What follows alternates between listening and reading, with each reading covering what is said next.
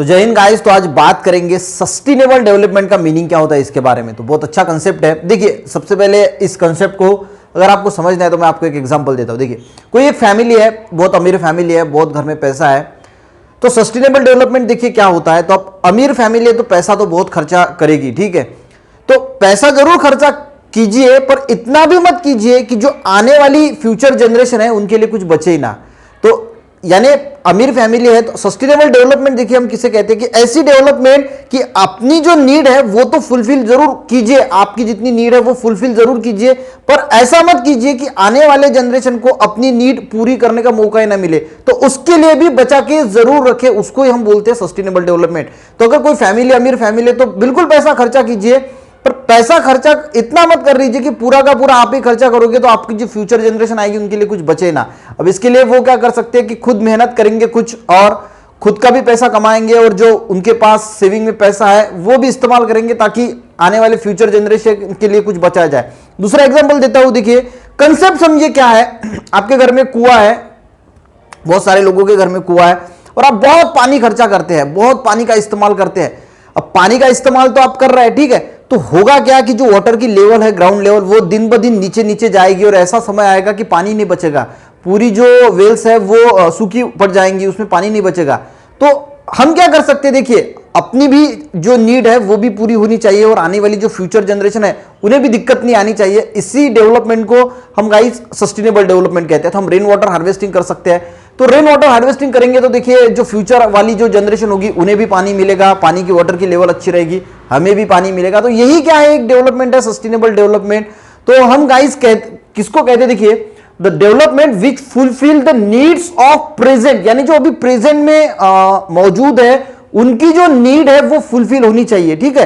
आपके पास पैसा है, आपके पास पानी है, आप अच्छी तरीके से इसका इस्तेमाल कीजिए, पर without compromising the ability of future generation. पर फ्यूचर जनरेशन की जो उनकी जो, तो उन्हें कॉम्प्रोमाइज करने की ये नहीं, नौबत नहीं आनी चाहिए। तो इस प्रकार की to meet their own needs, तो उन्हें भी उनकी जो जरूरतें हैं वो मिलनी चाहिए, और आज की जो प्रेजेंट पीढ़ी है उन्हें भी उनकी जरूरतें मिलनी चाहिए। तो उसी इस प्रकार की अगर हम डेवलपमेंट करेंगे कि अभी हमारी भी नीड फुलफिल होनी चाहिए और आने वाली नेक्स्ट जनरेशन की भी नीड फुलफिल होनी चाहिए, इस तरह की अगर हम डेवलपमेंट करेंगे, जैसे मैंने पानी का एग्जांपल आपको बताया कि हम रेन वाटर हार्वेस्टिंग करेंगे या ऐसे कुछ डेवलपमेंट करेंगे, तो उसी को हम गाइस कहते हैं सस्टेनेबल डेवलपमेंट। अब देखिए, इसमें एग्जांपल है वाटर का, जैसे है फूड है। देखिए, पानी ही नहीं बचा तो हम फूड कहां से आएगा गाइस, पानी नहीं तो किसान खेती कहां से करेंगे, खेती नहीं करेंगे तो फूड की प्रॉब्लम होगी।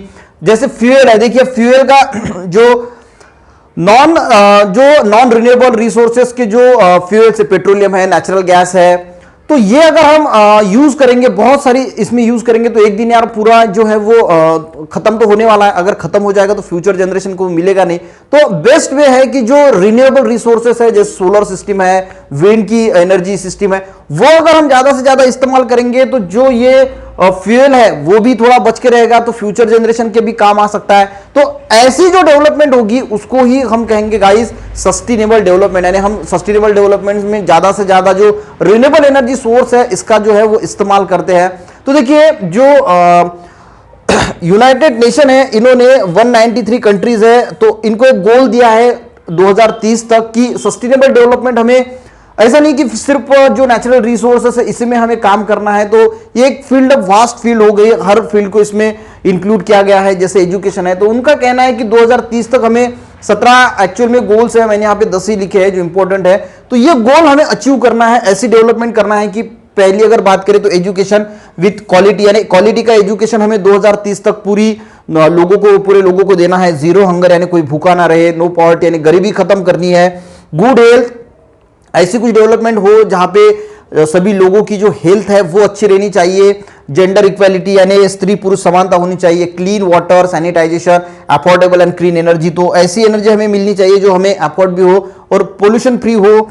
Decent work and economic growth, तो हर एक की जो है काम हर एक को मिलना चाहिए, इकोनॉमिक ग्रोथ हर एक की होनी चाहिए। लाइफ ऑन लैंड, तो जो टेरेस्ट्रियल इकोसिस्टम है, लैंड है, उसका प्रोटेक्शन होना चाहिए। सभी पे शांतता, जस्टिस जो है वो होना चाहिए। तो इस प्रकार की डेवलपमेंट होगी। देखिए, कंसेप्ट इतना ही है कि उस डेवलपमेंट को सस्टेनेबल डेवलपमेंट यानी हम किसे कहते हैं कि देखिए प्रेजेंट की जो जनरेशन है वो अपने सभी ख्वाब पूरे करे और आने वाला जनरेशन जो है उनके भी ख्वाब पूरे हो, उनकी भी नीड पूरी हो। इस प्रकार की अगर हम डेवलपमेंट करेंगे तो उसको ही हम गाइस सस्टेनेबल डेवलपमेंट कहते हैं। सिर्फ मीनिंग समझाने की कोशिश की है कि सस्टेनेबल डेवलपमेंट हम किसे कहते हैं। अच्छा लगे, समझ में आएगा तो जरूर लाइक कीजिएगा। मिलते हैं नेक्स्ट वीडियो में, तब तक के लिए गाइस जय हिंद।